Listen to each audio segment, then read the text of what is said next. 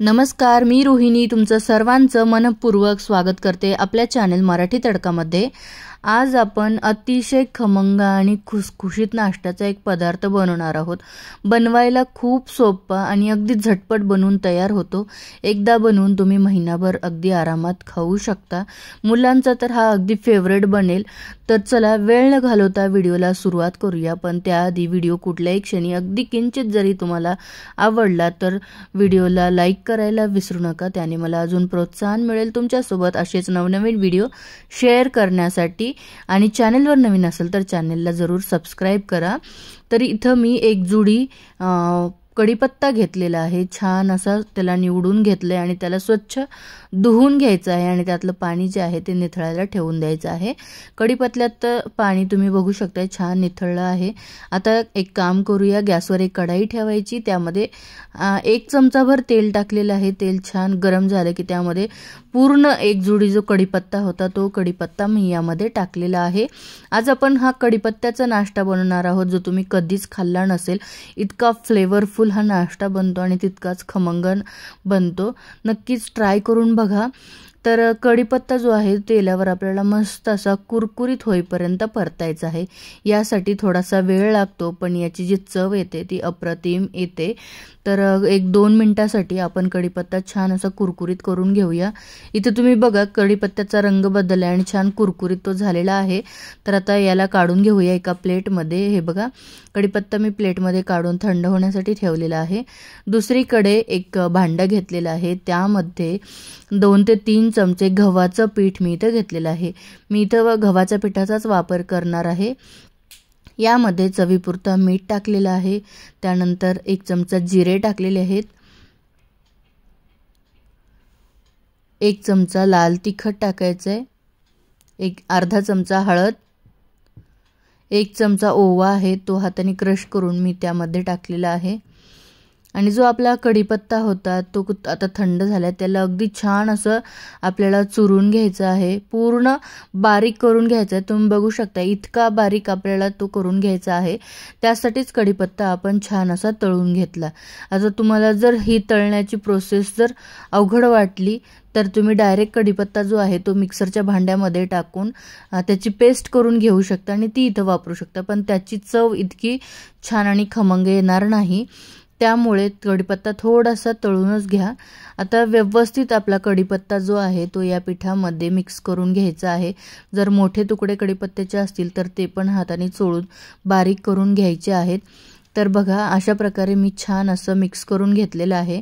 आता यामध्ये आपल्याला टाकायचं आहे 2 चमचे पांढरे तीळ आणि गरम तेलाचं मोहन टाकले मी 1 चमचा भरून। कढीपत्त्यामध्येही थोडंसं तेल होतं, ते पण मोहन आपलं झालेलंच आहे, त्यामुळे गरम तेलाचं थोडंसं मोहन टाकून आता हे व्यवस्थित मिक्स करून घ्यायचं आणि थोडं थोडं पाणी टाकून एकदम घट्ट असा गोळा आपल्याला मळून घ्यायचा आहे। अगदी घट्ट असं आपल्याला हे पीठ जे आहे ते मळून घ्यायचं आहे। तर इथे तुम्ही बघू शकताय पीठ मी छान मळून घेतले, घट्ट पीठ मळले, कढीपत्त्याने दिसायला किती छान दिसतंय।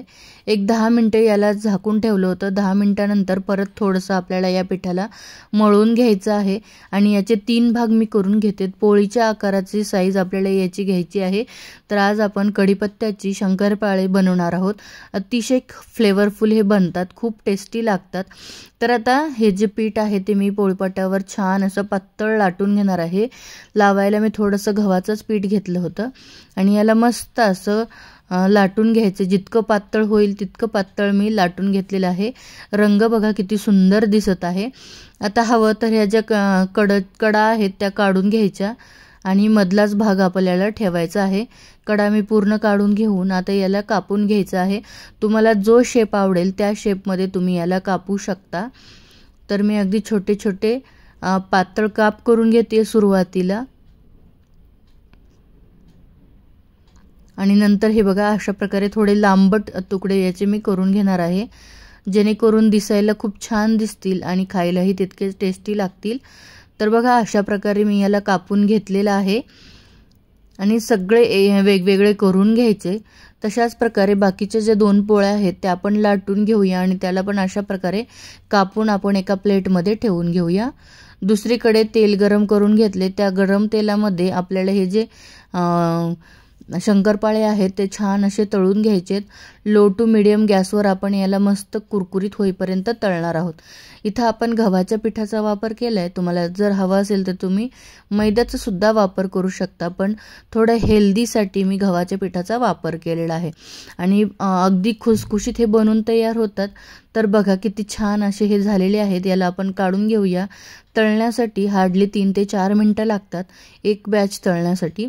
3 ते 4 मिनिटांमध्ये हे मस्त असे क्रिस्पी बनून तयार होतात। तर सेम पद्धतीने आपण बाकीचे पण आता तळून घेऊया आणि हे जे आहे ते थंड व्हायला ठेवून देऊया। एका वेळेला कढईत जितके बसतील तितके तुम्ही टाकून मस्त असे तळून घ्यायचे आणि बघा आपले हे जे शंकरपाळे आहेत ते एकदम खुसखुशीत बनून तयार झालेत। खूप टेस्टी बनतात, अतिशय खमंग बनतात। बघा किती क्रिस्पी झालेले आहेत। तर नक्कीच ट्राय करा। तुम्हाला ही रेसिपी कोणत्याही क्षणी अगदी थोडी जरी आवडली तर व्हिडिओला लाईक करायला विसरू नका आणि चॅनेलवर नवीन असाल तर चॅनेलला नक्कीच सबस्क्राईब करा। हे तुम्ही एअरटाईट डब्यामध्ये भरून ठेवले तर 1 महिना आरामात टिकतात। मुलांना तुम्ही संध्याकाळच्या वेळेला हे देऊ शकता। पुन्हा भेटूया नवीन एका व्हिडिओ सोबत। धन्यवाद।